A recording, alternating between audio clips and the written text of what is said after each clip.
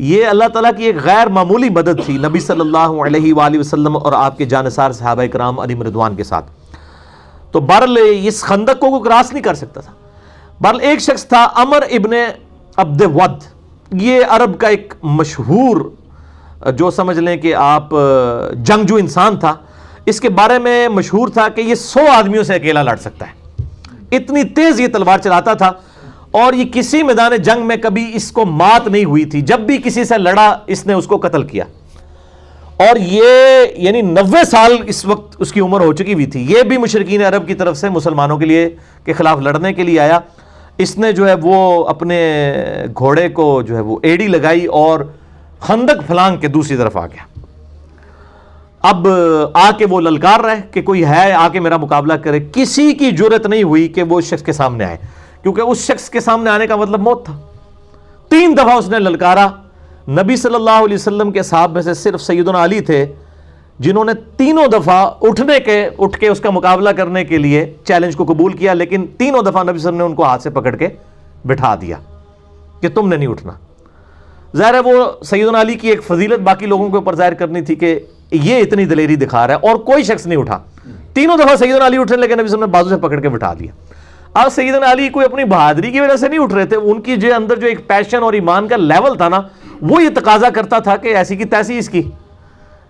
تو بہرحال تیسری دفعہ بھی جب اس نے کہا تو نبی صلی اللہ علیہ وآلہ وسلم نے سیدنا علی کو یعنی روانہ کیا. اور سیدنا علی کی اس وقت آپ دیکھ لیں عمر کتنی تھی، آلموسٹ 28 سال، 27 یا 28 سال عمر تھی. یہ اس وقت کا واقعہ. تو اب وہ جب سامنے آیا تو سیدنا علی کے جو والد تھے ابو طالب، ان کے ساتھ اس کی دوستی تھی عمر ابن عبد ود کی. اور اس نے کہا کہ یار تو کیوں میرے ہاتھوں مرنا چاہتا ہے، تو کسی اور کو بھیجو، میں تمہارے ساتھ لڑائی نہیں کروں گا. تو سیدنا علی نے کہا کہ نہیں میں تیار ہوں، جب تم نے چیلنج کیا ہے تو میں مقابلے کے لیے آ گیا ہوں. تو اس نے کہا کہ میں ہر شخص کو جو ہے نا وہ 3 دفعہ مہلت دیتا ہوں اس حوالے سے کہ وہ اپنی 3 کوئی موت سے پہلے خواہشات کا اظہار کر دے، کیونکہ اس نے مرنا تو ہے میرے ہاتھوں، تو 3 خواہشات کا اظہار کر سکتا ہے، تو میں اس کی 3 خواہشات پوری کر دوں. تو سیدنا علی نے کہا کہ میری پہلی خواہش یہ ہے کہ تو کلمہ پڑھ کے مسلمان ہو جا. ٹھیک ہے، یہ دیکھیں نا تربیت کیا ہوئی ہے. کیونکہ غزوہ خیبر کے موقع پر بھی جب سیدنا علی کو نبی صلی اللہ علیہ وسلم نے بھیجا تو اس وقت بخاری مسلم میں آتا ہے کہ علی پہلے ان کو دعوت دینا، اگر تیری وجہ سے ایک شخص کو بھی ہدایت مل گئی تو تیرے لیے سرخ اونٹوں سے بہتر ہے. تو عمر ابن عبد ود نے کہا کہ نہیں میں تو ایمان تو نہیں قبول کروں گا. تو دوسرا سیدنا علی نے کہا کہ دوسری میری خواہش یہ ہے کہ تم لوگ واپس چلے جاؤ، کیوں لڑائی کے اوپر آمادہ ہوتے ہو، اور اپنے آپ کو بھی مشکل میں ڈالا ہوا ہے، ہمیں بھی مشکل میں ڈالا ہے، واپس چلے جاؤ. اس نے کہا ہم تو لڑنے کے لیے آئے، واپس کیوں جائیں. اور تیسری خواہش پھر سیدنا علی نے کہا کہ میرے ساتھ لڑائی کرنے کے لیے تیار ہو جاؤ. یہ تیسری خواہش سیدنا علی نے کی. ٹھیک ہے، تو بہرحال ایک وار کے اندر ہی اس کا کام تمام کر دیا سیدنا علی رضی اللہ تعالیٰ عنہ نے، اور اس کو جہنم واصل کر دیا. عمر ابن عبد ود کو یہ بہت بڑا ایک واقعہ تھا، اور اس کی اتنی ڈیٹرس پڑی مشرکین عرب کے اوپر کہ ان کے پاؤں پھر لڑکھڑا گئے. پھر کسی نے جرت نہیں کی دوبارہ خندق کو کراس کرنے کی،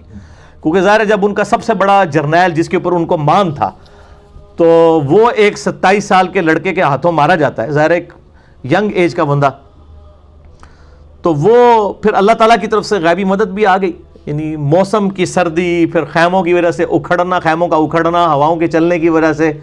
یہ سارے کے سارے معاملات ہوئے. اسی دوران اللہ تعالیٰ نے غیبی مدد مسلمانوں کے ساتھ اس حوالے سے کی کہ بنی جو غطفان تھا اس میں سے ایک شخص تھا نعیم بن مسعود رضی اللہ تعالیٰ عنہ علیہ السلام، انہوں نے اسلام قبول کر لیا، لیکن انہوں نے اپنے اسلام کا اظہار کسی سے نہیں کیا. چپ کر کے نبی صلی اللہ علیہ وآلہ وسلم کے خیمے میں آئے اور کہا یا رسول اللہ صلی اللہ علیہ وآلہ وسلم، میں آپ کو اللہ کا پیغمبر مانتا ہوں، آپ میرے ذمہ کوئی کام لگائیں کہ اس جنگ کی صورتحال میں کوئی ایسا کردار ادا کر دوں کہ یہ جنگ ٹل جائے. اور اس نے ایک یعنی مشورہ سامنے رکھا، اور ظاہر ہے کہ جنگ تو ہے ہی دھوکے کا نام، صحیح بخاری و مسلم میں احادیث موجود ہے. ظاہر ہے کہ وہ جنگ کے اندر یہ معاملات کرنے پڑتے ہیں. بال یہ جو کہا جاتا ہے نا محبت اور جنگ میں ہر چیز جائز ہے، یہ غلط ہے. محبت تو غیر محرم عورت کے ساتھ بغیر نکاح کے رشتے کے ویسے ہی حرام ہے. تو محبت تو صرف بیوی کے ساتھ کی جا سکتی ہے، بچوں کے ساتھ، ماں باپ کے ساتھ جو رشتے ہیں. تو جنگ کے اندر البتہ جنگ دھوکے کا نام ہے، اس میں دھوکہ دیا جا سکتا ہے، لیکن دھوکے میں بھی یعنی کوئی عہد کی خلاف ورزی نہیں کی جا سکتی. وہ مسئلہ نمبر 87 میرا ریکارڈڈ ہے اسلامی ڈیموکریسی کے اوپر اور اسلامی حکومت کو چلانے کے جو 3 بنیادی اصول ہیں اس حوالے سے. تو اب نعیم ابن مسعود رضی اللہ تعالیٰ عنہ نے بالکنسنسس کے ساتھ، ان کا ایک مشورہ تھا، آپ صلی اللہ علیہ وآلہ وسلم نے پسند فرمایا، اور یہ سب کچھ عمر سیریز میں انہوں نے فلمایا ہے اور آپ کو اس زمانے میں پہنچا دیا جی انہوں نے. اور غزوہ خندق میں وہ کس طریقے سے معاملات. بنو قریظہ جو تھے ان کو جو ہے وہ مشرکین عرب نے اور یہودیوں نے مل کے کہا کہ بھئی ہم نے جنگ تو جیتی جانی ہے، تو تم لوگ جو ہے نا ہمارا ساتھ دو اور نبی صلی اللہ علیہ وسلم کے ساتھ بد عہدی کرو، اس طرح سے ہمیں انٹر ہونے دو تاکہ جو ہے وہ ہم ان کو ختم کریں، اس کے بعد مدینے کے حاکم تم بن جاؤ گے. انہوں نے جو ہے وہ بد عہدی کر دی مسلمانوں کے ساتھ، اور ظاہر ہے یہ سیدھی سیدھی مسلمانوں کی موت تھی ان کا بد عہدی کرنا، کیونکہ پھر تو وہاں سے کافر جب انٹر ہو جاتے تو مسلمان اس کے لیے تیار ہی نہیں تھے. یعنی یہ سائیڈ تھی آپ سمجھ لیں مشرق والی، شمال کی طرف خندق کھودی ہوئی تھی، مشرق کی طرف بنو قریظہ اور باقی قبائل تھے، اور مغرب والی سائیڈ کے اوپر اور پیچھے جنوب اس طرف چٹیل پہاڑ تھے، یہاں سے تو خطرہ نہیں تھا. بنو قریظہ کی بد عہدی جو ہے نبی صلی اللہ علیہ وآلہ وسلم تک خبر پہنچ گئی کہ یہ تو مطلب اندر خانے کچھ کر رہے ہیں. آپ صلی اللہ علیہ وآلہ وسلم نے جو ہے وہ سعد ابن عبادہ کو اور کچھ اور لوگوں کو، ابو عبیدہ ابن جرح کو، ان لوگوں کو بھیجا کہ جا کے یہ یعنی تحقیق کرو، اور پھر آپ نے فرمایا کہ دیکھنا یہ ڈائریکٹلی مجھے ہی آ کے کان میں بتانا، اگر مسلمانوں کو پتہ چلا کہ انہوں نے بد عہدی کی ہے تو شاید ان کے حوصلے پست نہ ہو جائے. تو آپ صلی اللہ علیہ وآلہ وسلم کو انہوں نے اشارتاً آ کے بتا دیا کہ یہ تو انہوں نے بد عہدی کر دی ہے. تو اسی دوران اللہ تعالیٰ نے غیبی مدد کی نعیم ابن مسعود والی رضی اللہ تعالیٰ عنہ. ان کو ابھی لوگوں کو نہیں پتا تھا کہ مسلمان ہو چکے ہیں. انہوں نے کیا کیا، یہ بنو قریظہ کے پاس چلے گئے اور ان کو جا کے کہا کہ دیکھو میں تمہارا بڑا ہمدرد ہوں، تم سے میری پہلے کی دوستی ہے. اب ان کو نہیں پتا یہ مسلمان ہو چکے ہیں، اور دیکھو تم نے یہ جو نبی صلی اللہ علیہ وسلم کے ساتھ یعنی محمد کے ساتھ صلی اللہ علیہ وآلہ وسلم، نبی تو نہیں انہوں نے کہا ہوگا، بد عہدی کی ہے، تو ان تک یہ بات پہنچ چکی ہے. اور یہ دیکھ لینا کہ یہ قریش کے ہیں، الٹیمیٹلی قریشیوں نے قریش کا ہی ساتھ دینا ہے، ابو سفیان وغیرہ نے. جنگ اگر یہ لوگ ختم ہو گئی، جنگ اسٹیبلش نہ ہوئی، یہ واپس چلے گئے، تو پیچھے مسلمانوں نے تمہارا کچومر نکال دینا ہے. تو اس کا حل یہ ہے، اور یہ اندر سے انہوں نے پلان کر لیا ابو سفیان نے اور مسلمانوں نے مل کے اس حوالے سے، یعنی ان کو دل ان کا اس طرف سے انہوں نے کھٹا کیا. تو اس کا حل یہ ہے کہ تم جو ہے وہ مشرکین عرب سے یہ کہو کہ اپنے 8-10 جو سردار ہیں نا وہ ہمارے حوالے کرو رہن کے طور پر، کیونکہ کل کو تم لوگ تو چلے جاؤ گے، مسلمانوں نے پیچھے ہمارا چومر نکال دینا ہے، کیونکہ ہماری بد عہدی کی خبر پہنچ چکی ہے، اور بد عہدی کے اوپر ظاہر ہے کہ نہیں چھوڑا جائے گا. اس وقت تو قبائل یعنی سیدھی سیدھی موت تھی، وہ دونوں میں سے ایک کی موت ہو سکتی تھی نا بد عہدی کی وجہ سے. تو انہوں نے مشورہ پسند کیا، اور ادھر اسی نعیم ابن مسعود نے جا کے مشرکین عرب سے کہہ دیا کہ بھائی یہ دھیان رکھنا، تم یہ بنو قریظہ کے لوگ جو ہیں تمہارے سردار، یہ نہ ہو کہ تم سے کوئی مانگ لیں. انہوں نے اندر خانے محمد صلی اللہ علیہ وسلم سے پہلے ہی معاہدہ کیا تھا، یہ تمہیں اوپر سے کہہ رہے ہیں ہم عہد کی پاسداری توڑ دیں گے، اندر سے یہ نبی صلی اللہ علیہ وسلم کے ساتھ ملے ہوئے ہیں، اور یہ جو ہے گارنٹی کے طور پہ تم سے 8-10 سردار تمہارے مانگیں گے، تاکہ ان سرداروں کو نبی صلی اللہ علیہ وسلم کے حوالے کر کے اپنے اس عہد کی پاسداری کا یقین دلا دیں کہ ہم نے عہد نہیں توڑا. اب دونوں طرف انہوں نے ڈیفرنٹ ورژن دیے. بس وہی ہوا جناب، وہ جب پہنچے وہاں پہ سردار مانگنے کے لیے تو وہ انہوں نے کہا لو جی یہ تو گل بالکل صحیح نکلی ہے. انہوں نے کہا تسی سردار لے کے مار چھڑنے ساڑھے سردار، تو ہم نے سردار نہیں دینے. اس کی وجہ سے ان کی آپس میں کنفیوژن ہوئی، اور وہ بنو قریظہ والا معاملہ جو ہے وہ ٹھپ ہو گیا. ان کو پتہ چل گیا کہ یار یہ تو مطلب واقعی یہ تو چلے جائیں گے، پیچھے ہماری شامت آ جائے گی. اور اسی دوران پھر دوسری غیبی مدد آئی، جو سردیوں میں ٹھنڈی ہوائیں چلیں اور ان کے خیمے اکھڑ گئے، اور ظاہر ہے کہ ان کے پاس جو راشن تھا وہ بھی ختم ہونا شروع ہو گیا. بل مسلمان بھی بہت تکلیف سے گزر رہے تھے، ان تکلیف کا ذکر ابھی ان آیات کے اندر آئے گا. تو آپ حیران ہوں گے کہ مسلمانوں کو کس لیول تک آزمایا گیا. بہرحال الٹیمیٹلی اللہ تعالیٰ نے مسلمانوں کو اس حوالے سے سرخرو کیا. اور بخاری اور مسلم میں حدیث آتی ہے جب وہ واپس چلے گئے تو نبی صلی اللہ علیہ وسلم اپنی زرہ اتارنے لگے تو سیدنا جبرائیل علیہ السلام آ گئے انسانی شکل میں. انہوں نے کہا یا رسول اللہ وہی تو فرشتوں نے اپنی زرہیں نہیں اتاری ہیں، آپ نے کیوں اپنی زرہ اتار دی ہے؟ بنو قریظہ سے بد عہدی کا بدلہ لینا ہے، کیونکہ وہ تو مسلمانوں کو مروانے لگے تھے، یہودیوں کا قبیلہ۔ تو آپ صلی اللہ علیہ وآلہ وسلم نے فرمایا، بخاری اور مسلم دونوں میں موجود ہے، آپ نے فرمایا کہ اب تم لوگ، آپ نے سیدنا علی کو اور کچھ اور اصحاب کو لشکر دے کر روانہ کیا اور حکم فرمایا کہ عصر کی نماز نہیں پڑھنی مگر بنو قریظہ میں جا کر۔ اور یہ وہی حدیث ہے جس میں نے پہلے بھی کئی دفعہ بیان کیا کہ صحاب کے 2 گروہ ہو گئے، عصر کی نماز قضا ہو رہی تھی، کچھ لوگوں نے راستے میں پڑھ لی، کچھ لوگوں نے وہاں جا کے مغرب کے وقت میں عصر پڑھی کہ نبی علیہ السلام کا حکم تھا۔ بیسیکلی تو آپ یہ کہنا چاہ رہے تھے جلدی وہاں پہنچو، لیکن بعد میں آپ صلی اللہ علیہ وآلہ وسلم نے کسی کو کوئی اس پہ قدغن نہیں لگائی۔ جنہوں نے ظاہری حدیث کے اوپر الفاظ پہ عمل کیا ان کو بھی مطلب ان پہ بھی کوئی گرفت نہیں کی، اور جنہوں نے اس کی تھیم کو فالو کیا کہ راستے میں نماز پڑھ لی اور قضا نہیں ہونے دی، ان کو بھی کچھ نہیں کہا۔ بہرحال وہاں پر پہنچ گئے۔ اب بنو قریظہ کے لوگ، اب ظاہر ہے ان کو پتہ تھا انہوں نے کیا حرکت کی ہوئی ہے۔ انہوں نے کہا کہ ہمیں نبی صلی اللہ علیہ وآلہ وسلم کا فیصلہ قبول نہیں ہے، ہمارے ساتھ اگر کوئی ثالثی والا کردار کرنا ہے اس حوالے سے تو سعد ابن معاذ جو اوس کے سردار ہیں، چونکہ وہ مدینے کے رہنے والے تھے، ان کے ساتھ ان کی دوستی بھی تھی زمانے جاہلیت کی۔ انہوں نے کہا کہ سعد ابن معاذ ہمارے لیے لینیٹ ویو رکھیں گے، حالانکہ وہ نبی صلی اللہ علیہ وآلہ وسلم سے فیصلہ کرواتے تو شاید ساروں کو ہی چھوڑ دیا جاتا، زیادہ زیادہ شہر بدر کر دیا جاتا ان کو۔ آپ صلی اللہ علیہ وآلہ وسلم کی طبیعت میں شفقت کا پہلو غالب تھا، بالوں نے خود اپنی موت کو آواز دی۔ سعد ابن معاذ جو تھے ان کو اس دوران گھٹنے میں تیر لگا ہوا تھا، بہرحال وہ اسی حالت میں، اور اسی میں انہوں نے دعا کی تھی کہ اے اللہ اگر آج کے بعد مشرکین عرب مسلمانوں پر چڑھائی نہیں کریں گے تو اے اللہ اسی زخم کو میرے لیے کھول دے اور شہادت کا باعث بنا دے کہ میں نے نبی صلی اللہ علیہ وسلم کا جتنا دفاع کیا اس حوالے سے مشرکین عرب کے خلاف میں نے جو ہے وہ حضور کا ساتھ دیا۔ اور یہی وہ شخص ہے سعد ابن معاذ جس کی وجہ سے مدینے میں نبی صلی اللہ علیہ وسلم اسٹیبلش ہوئے تھے، اور بعد میں ان کا زخم بھی وہ گھٹنے کا کھل گیا اور وہ شہید ہو گئے اسی زخم میں۔ اسی گھٹنے کی تکلیف میں ہی وہ وہاں پر گئے، اور انہوں نے پھر کہا کہ تمہیں میرا فیصلہ قبول ہے، تو پھر میرا فیصلہ یہ ہے کہ جو تم میں سے جوان لوگ ہیں اور یعنی مرد،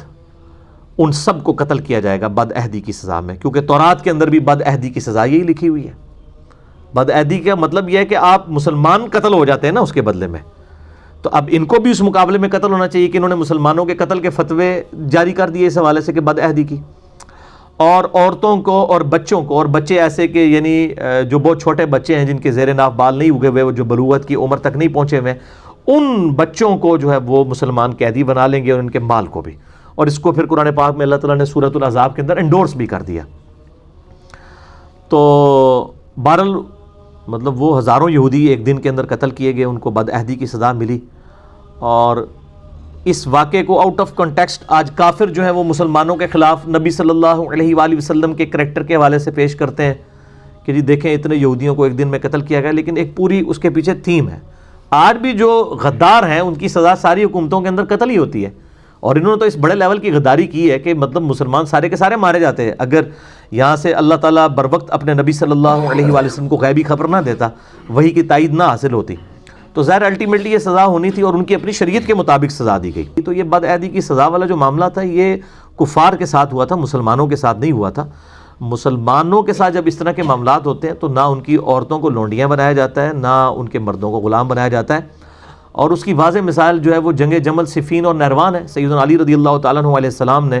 تینوں جنگوں کے اندر اپنے مخالفین کو شکست فاش دی ہے، لیکن نہ تو کسی کی عورت کو اپنا غلام بنایا ہے، نہ کسی کے مرد کو غلام بنایا ہے، نہ اس طریقے سے۔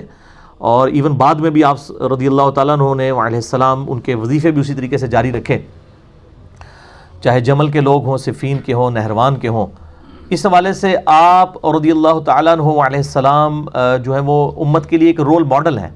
تو مسلمانوں کے جو مسلمانوں کے ساتھ معاملات ہیں ان کا معاملہ الگ ہے، کفار والا معاملہ الگ ہے۔ اس طرح کے آؤٹ آف کانٹیکسٹ چیزوں کو پیش کرنے سے بعض اوقات اسلام کے لیے بدنامی کا مسئلہ بن جاتا ہے، اس لیے میں نے اب اس کو بنو قریظہ کے حوالے سے یہاں پہ آیات بھی آ جائیں گی، تو یہ پوری کی پوری نٹ شیل میں نے آپ سمجھ لیں کہ سب کچھ بیان کر دیا۔ میں آخر میں پھر یہ کہوں گا کہ جو نعیم ابن مسعود رضی اللہ تعالیٰ عنہ کی جو حکمت سامنے آئی، اسی طریقے سے جو اللہ تعالیٰ نے غیبی مدد فرمائی اس موسم کی تبدیلی کی وجہ سے، پھر خندق والا معاملہ، یہ ساری کی ساری چیزیں اگر آپ نے فزیکلی دیکھنی ہے اور آپ اس زمانے میں پہنچنا چاہتے ہیں تو آپ عمر سیریز ضرور دیکھیں۔ اس کے اندر یہ ساری ایون وہ خندق توڑنے والا، پتھر کے توڑنے والا اور رومن اور پرشین امپائر والی جو خوشخبری ہیں وہ والا سین بھی انہوں نے نبی صلی اللہ علیہ وسلم کو تو نہیں دکھایا، انہوں نے باقی اصحاب کو انہوں نے سب کو دکھایا، اور کمال وہاں تک پہنچا دیا جی، وہ لگتا ہے کہ انسان وہاں پہ موجود ہے۔ یہ بہت بڑی خدمت کی ہے، میں کہتا ہوں عرب کے لوگوں میں بجلی بھر دی ہے عمر سیریز نے، اور اس کا جو ٹیسٹ ہے وہ عربی میں ہونا ہے، اسی لیے دیکھیں یوٹیوب نے غائب کر دی عمر سیریز، یوٹیوب کے اوپر سے بین کر دیا اس کو۔ بہرحال الحمدللہ وہ مطلب مختلف ویب سائٹس کے اوپر موجود ہے، آپ ڈاؤن لوڈ کر سکتے ہیں انگلش سب ٹائٹل کے ساتھ، ہے تو عربی کے اندر ہے لیکن انگلش سب ٹائٹل کے ساتھ اویلیبل ہے۔ اب اردو کی ڈبنگ والا معاملہ آپ کو پتہ ہے، انڈیا پاکستان بنگلہ دیش کے علماء جو ہیں ان کی ایک خاص ایک چیزوں کو، یعنی یہ تو پہلی دفعہ آپ کو پتہ ہے اسپیکر آیا تو شیطانی آواز کی، ان اسپیکر تو تھلے ہی نہیں لیندے،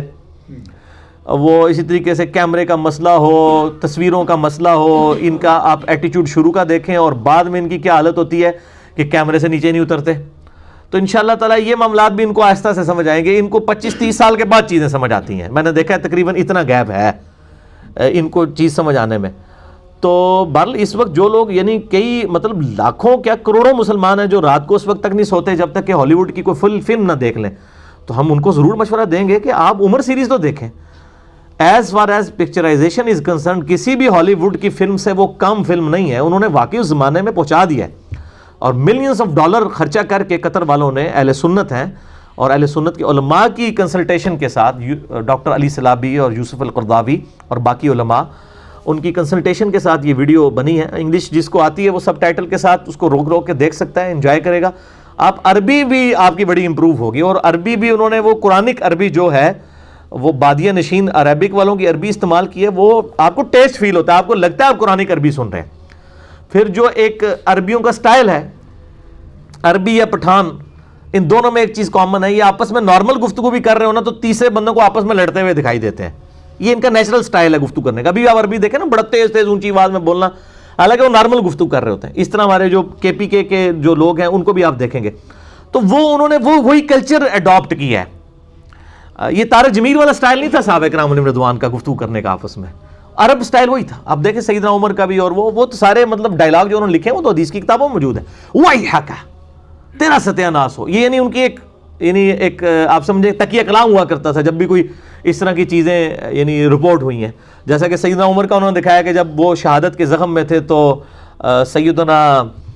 مغیرہ ابن شعبہ نے وہاں پہ مشورہ دے دیا کہ آپ اپنے بیٹے عبداللہ بن عمر کو اپنے بعد خلیفہ نامزد کر دیں، اور یہ مغیرہ ابن شعبہ رضی اللہ تعالیٰ عنہ جنہوں نے حضرت معاویہ کو بھی یزید کو ولی عہد بنانے کا مشورہ دیا تھا، تو اور انہی کے غلام نے سیدنا عمر کو بھی شہید کیا تھا۔ تو انہوں نے اس زخم میں جب یہ بات کی تو پھر سیدنا عمر نے وَيْحَكَ، ٹھیک ہے، تباہ و برباد ہو جا تو، تیری ہلاکت ہو، تو اس طرح کے مشورے مجھے دے رہا ہے۔ نبی صلی اللہ علیہ وسلم کوئی بادشاہ تو نہیں تھے، وہ تو اللہ کے پیغمبر تھے۔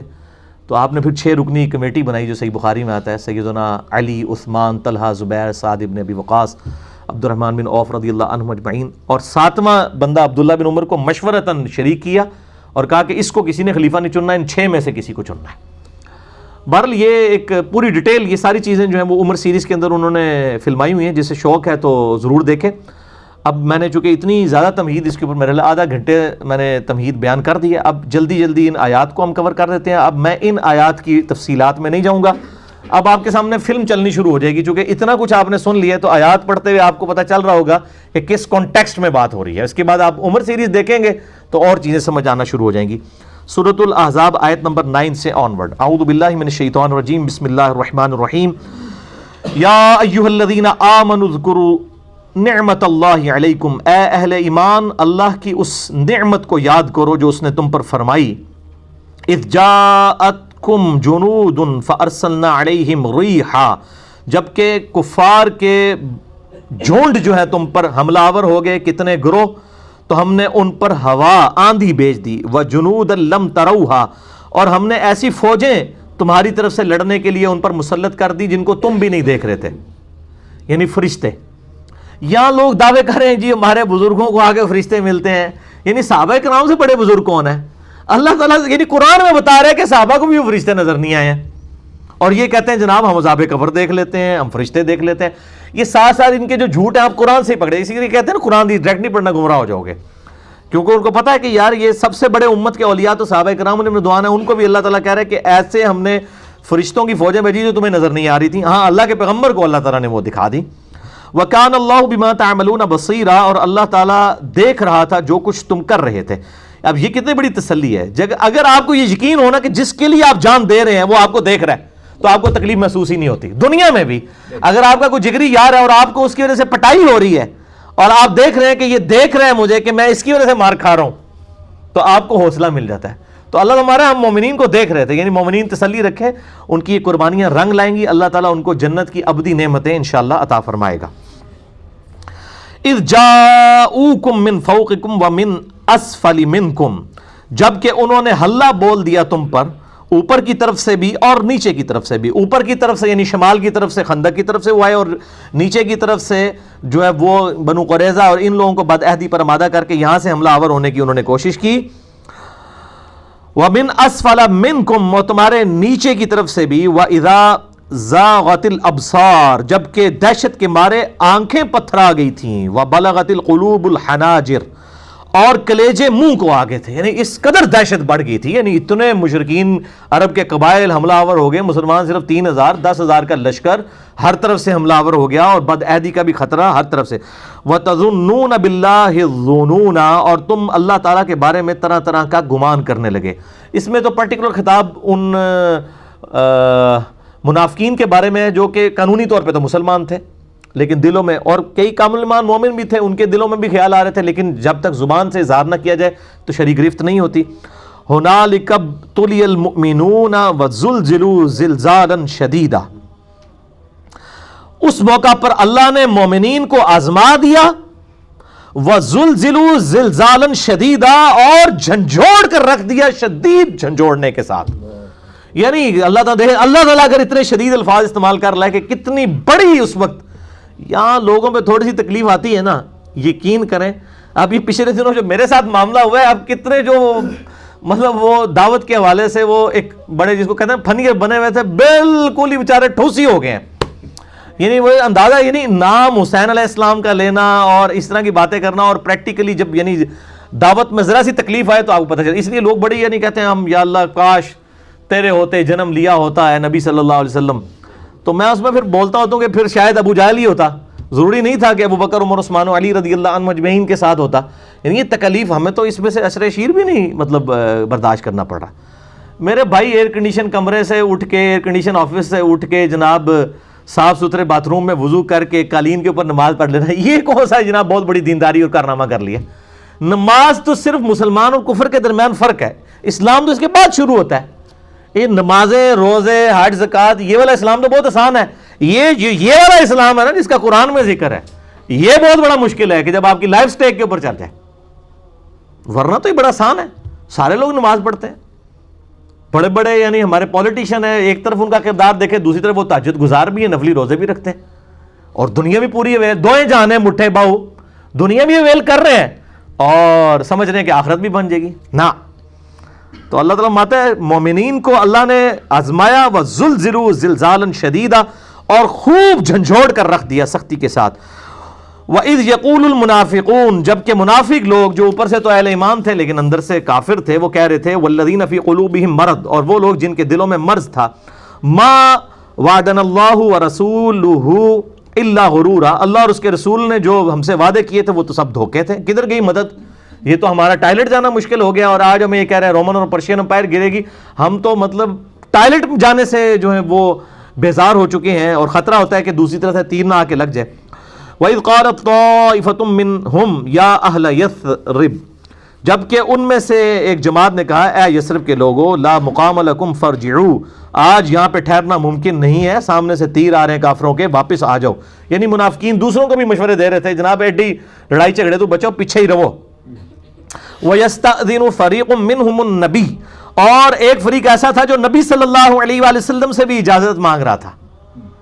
کہ جی کیا کہہ رہا تھا، یقولون ان بیوتنا عورا، کہ یا رسول اللہ ہمارے گھر پیچھے لگے نے، بیوی بچے لگے نے، ہمیں اجازت دے ہم جا کے اپنے گھروں۔ حالانکہ نبی صلی اللہ علیہ وسلم نے ان کو ایک بڑے یعنی گھر کے اندر ساری لوگوں کی بیویاں، عورتیں اور بچوں کو کر دیا تھا، اس کی حفاظت کے اوپر بھی صحابہ کرام کو مامور کیا ہوا تھا، لیکن ظاہر ہے کہ بہانہ لیتے تھے وہ۔ وما ہوا بعورہ، جبکہ وہ غیر محفوظ تو نہ تھے، ان یریدون الا فرارا، وہ تو نہیں چاہ رہے تھے مگر میدان جنگ سے فرار کرنا، اس لیے آپ سے یہ جھوٹے بہانے کر رہے تھے، ذرا بیوی بچوں کا بھی پتہ کر رہے ہیں، اے ذرا تک میں آنا، میں تھوڑی دیر تک میں آ رہا ہوں، میں ذرا پیچھوں ہوا، میں ذرا ایک بار ذرا نظر مار کے آ جاؤں۔ وَلَوْ دُخِلَتْ عَلَيْهِمْ مِنْ أَقْطَارِهَا، اگر کافر لشکروں میں گھس آتے مدینہ شریف کے اندر، ثُمَّ سُئِلُوا الْفِتْنَةَ، اور انہی مسلمانوں سے جو یہ دعویٰ کر رہے ہیں مسلمان ہونے کا، ظاہر ہے اوپر سے تو قانونی طور پر مسلمان ہی تھے منافقین، ان سے فتنے کا مطالبہ کرتے، یعنی کہ نبی علیہ السلام کو چھوڑ کے ہمارے ساتھ مل دو، لَآتَوْهَا وَمَا تَلَبَّثُوا بِهَا إِلَّا يَسِيرًا، تو یہ فوراً ہی ان کی دعوت کو قبول کر لیتے اور تھوڑا سا وقت بھی ضائع نہ کرتے، فوراً کافروں کے ساتھ مل جاتے اگر کافر مسلمانوں کے اوپر غلبہ پا لیتے۔ یعنی ان کے کریکٹر کو بتایا جا رہا ہے، یعنی یہ جان شان کوئی نہ دیتے۔ وَلَقَدْ كَانُوا عَاهَدُوا اللَّهَ مِنْ قَبْلُ، حالانکہ یہ اس سے پہلے تو اللہ سے عہد کر چکے تھے، یعنی قانوناً تو مسلمان تھے، حضور کے ساتھ انہوں نے بیعت کی ہوئی تھی کہ ہم جی ساتھ دیں گے آپ کا۔ لا یولون الادبار، کہ وہ پیٹھ نہیں پھیریں گے، اس کا عہد انہوں نے اللہ سے کیا تھا۔ وکان عہد اللہ مسئولا، اور یاد رکھو اللہ سے جو عہد کیا گیا ہے وہ اس کے بارے میں پرسش کی جائے گی، اللہ پوچھے گا۔ قل لن ينفعكم الفرار، اے نبی صلی اللہ علیہ وآلہ وسلم ان سے فرماؤ کہ اے بھگوڑو، تمہارا میدان جنگ سے فرار کرنا، بھاگنا تمہیں کو فائدہ نہیں دے گا۔ ان فررتم من الموت، اگر تم موت کے ڈر سے بھاگ کے جا رہے ہو، او القتل، یا قتل ہونے کے ڈر سے، وَإِذًا لَا تُمَتَّعُونَ إِلَّا قَلِيلًا، تو تم بھاگ کر اس وقت جان بچا بھی لوگے تو تم بعد میں بھی زندگی سے لطف اندوز تو نہیں ہو سکو گے، سوائے یہ کہ تھوڑی دیر کے لیے۔ اور پھر سورہ نساء اور سورہ آل عمران میں تو آتا ہے کہ جو لوگ یہ سمجھتے ہیں کہ ہم میدان جنگ سے بھاگ جائیں گے تو ہم موت سے بھاگ کے جا رہے ہیں، تو اللہ تعالیٰ فرماتا ہے کہ اگر موت تمہارا مقدر ہوگی تو تم خود بخود اپنی قتل گاہوں کی طرف کھینچے چلے آؤ گے، جہاں پہ وقت مقرر ہے وہیں پہ تمہیں موت آئے گی، موت نہیں ٹل سکتی۔ پھر سورہ نساء میں ہے کہ اگر تم اپنے آپ کو مضبوط قلعوں میں بھی بند کر لو تب بھی تمہیں موت اس کے اندر بھی آ کے رہے گی۔ اور یہ مسلمان کی یعنی بنیادی عقیدہ ہے، جس طرح اللہ کو ایک ماننا بنیادی عقیدہ ہے، اسی طریقے سے یہ عقیدہ بھی بنیادی ہے کہ موت نہ ایک لمحے آگے نہ پیچھے، یہ آ ہی نہیں سکتی۔ لیکن یہ بہت کم لوگوں کا ایمان ہوتا ہے اس حوالے سے۔ قل من ذا الذی یعصمکم من اللہ، اے نبی صلی اللہ علیہ وآلہ وسلم ان سے فرماؤ کہ تمہیں اللہ سے کون بچا سکتا ہے؟ یعنی میدان جنگ سے بھاگ کے تم گھر پہنچ گئے تو گھر پہنچ کے تمہیں کینسر نہیں ہو سکتا، طاعون کے مرض میں مبتلا نہیں ہو سکتے، تمہارے گردے نہیں فیل ہو سکتے، ہارٹ فیل نہیں ہو سکتا۔ اللہ سے بچ کے کہاں جا سکتے ہو؟ دنیا کی ٹریفک سے تو بچ سکتے ہو، اندر جو اتنی خطرناک ٹریفک چل رہی ہے اللہ تعالیٰ تو کسی کو اس طرح ختم کر سکتا ہے، ایک وائرس کسی کی موت لے سکتا ہے، ایک وائرس لاکھوں لوگوں کی موت کے لیے کافی ہے، کوئی ایک وائرل ڈیزیز بھی آ جائے تو۔ اے نبی فرما دیجئے صلی اللہ علیہ وآلہ وسلم، اللہ سے تمہیں کون بچا سکتا ہے؟ ان اراد بکم سوءا، اگر وہ تمہارے لیے کوئی برا ارادہ کر لے کہ تمہیں تکلیف میں ڈالنا ہے، او اراد بکم رحمہ، یا اگر تم پر رحمت فرمانا چاہے تو اس رحمت کو روک کوئی نہیں سکتا۔ ولا یجدون لهم من اللہ ولیا ولا نصیرا، اور وہ اللہ تعالیٰ کے مقابلے پر نہ تو اپنا کوئی دوست پائیں گے نہ ہی کوئی پشت پناہ۔ اگر اللہ نے فیصلہ کر دیا ان یمسسک اللہ بضر فلا کاشف له الا هو، اگر اللہ تعالیٰ کسی کو ضرر میں پکڑ لے تو اللہ کے علاوہ اس کو کوئی چھڑا نہیں سکتا۔ وَإِن يَمْسَسْكَ بِخَيْرٍ، اور اگر اللہ تعالیٰ کسی کے لیے خیر کا ارادہ فرما دے، فَلَا رَادَّ لِفَضْلِهِ، پھر اللہ کے فضل کو کوئی ٹال نہیں سکتا۔ قَدْ يَعْلَمُ اللَّهُ الْمُعَوِّقِينَ مِنْكُمْ وَالْقَائِلِينَ لِإِخْوَانِهِمْ هَلُمَّ إِلَيْنَا، اللہ تعالیٰ خوب جانتا ہے تم میں سے جو لوگ جہاد سے، قتال سے اور لوگوں کو روک رہے تھے اور اپنے ساتھیوں سے کہہ رہے تھے کہ اسلامی کیمپ کو چھوڑ کر ہماری طرف واپس پیچھے آ جاؤ، سیف جگہ کے اوپر، فرنٹ مارچ کے اوپر لڑنے کی کیا ضرورت ہے، ظاہر ہے دوسری طرف سے تیر بھی چل رہے تھے۔ وَلَا يَأْتُونَ الْبَأْسَ إِلَّا قَلِيلًا، اور خود بھی جنگ میں شرکت نہیں کرتے مگر برائے نام، صرف دیکھنے کے لیے آ جاتے ہیں فرنٹ کے اوپر۔ أَشِحَّةً عَلَيْكُمْ، بڑے ہی بدخواہ اور خیر یعنی مسلمانوں کی خیر خواہی چاہنے والے لوگ نہیں بلکہ بدخواہ اور کنجوس لوگ ہیں یہ۔ فَإِذَا جَاءَ الْخَوْفُ، جب کوئی خوف اور دہشت کے بادل منڈلانے لگتے ہیں، رَأَيْتُمْ يَنظُرُونَ إِلَيْكَ، تو اے نبی تم دیکھو گے صلی اللہ علیہ وآلہ وسلم، یہ تمہاری طرف اس طرح دیکھ رہے ہوتے ہیں، تَدُورُ أَعْيُنُهُمْ كَالَّذِي يُغْشَى عَلَيْهِ مِنَ الْمَوْتِ، کہ یہ تمہیں اس طرح دیکھ رہے ہوتے ہیں، اوپر سے تو مسلمان بنے ہوئے ہیں لیکن جب ان کو خوف کے بادل منڈلانے لگتے ہیں تو تمہیں ایسے دیکھ رہے ہوتے ہیں جیسے ان کی آنکھوں کے اوپر موت چھائی ہوئی ہے، موت کی غشی ان کی آنکھوں میں نظر آتی ہے، یعنی پورا کانفیڈنس لوز ہوا ہوتا ہے۔ فَإِذَا ذَهَبَ الْخَوْفُ جب خوف دور ہو جاتا ہے سَلُوكُمْ بِأَلْسِنَةٍ حِدَاد تو یہ پھر اپنی زبانوں سے جو کہ لوہے کی زبانیں، یہ حداد کا لفظ استعمال ہوا ہے، کینچی کی طرح ان کی زبانیں چلتی ہیں تمہیں تکلیف دینے کے لیے. یعنی کہ مطلب وہ پھر بجائے تسلی دینے کے پھر زبان سے تھوڑا احتیاط نہ چلنا چاہیے تھا نا جی، بالکل بھی انج نہیں نہ ہونا چاہیے تھا نا جی، تھوڑا سا بندہ کنٹرول کرتا ہے نا. یعنی ادھر ساتھ بھی نہیں دیتے ہیں، دوسرا جب وہ مصیبت ٹل جاتی ہے پھر زبانوں سے جو ہے وہ الٹے سیدھے مشورے دینا شروع کر دیتے ہیں. اور آپ صلی اللہ علیہ وسلم اور آپ کے اصحاب کو ان کی زبان کینچی کی طرح چلتی ہے تکلیف دیتے ہوئے. اشحۃ علی الخیر، اور یہ مال غنیمت سمیٹنے کے لیے بڑے پھر یہ اس پہ شیر ہو جاتے ہیں. یعنی اگر آپ یہ جنگ جیت جاتے تو ان کا اسی بھی تو مسلمان ہے، سانوں بھی چکو جیسا دیو، لالچی دنیا کے. اولئک لم یؤمنوا فاحبط اللہ اعمالهم، یہ لوگ حقیقت میں تو ایمان لائے نہیں ہیں اندر سے، اللہ نے ان کے اعمال برباد کر دیے. یعنی یہ اوپر سے کلمہ پڑا ہوا ہے، یہ برباد ہو چکے ہیں ان کے اعمال. وکان ذلک علی اللہ یسیرا، اور اللہ کے لیے بہت آسان ہے. یحسبون الاحزاب لم یذهبوا، یہ ابھی بھی اتنے بزدل ہیں کہ ان کو ابھی بھی خطرہ لگا ہوا ہے، دشمن چلا بھی گیا ہے، غزوہ خندق سے بھاگ گیا، لیکن ان کو اب بھی یہ ڈر ہے کہیں واپس ہی نہ آ جائیں. اندازہ کرو. وَإِن يَأْتِ الْأَحْزَابُ، اگر دوبارہ وہ گروہ پلٹ آئے، يَوَدُّوا لَوْ أَنَّهُمْ بَادُونَ فِي الْأَعْرَابِ، تو یہ پھر تمنا کریں گے کاش ہم مدینے میں نہ رہتے، کسی دور دراز صحرا میں ہماری زندگی ہوتی،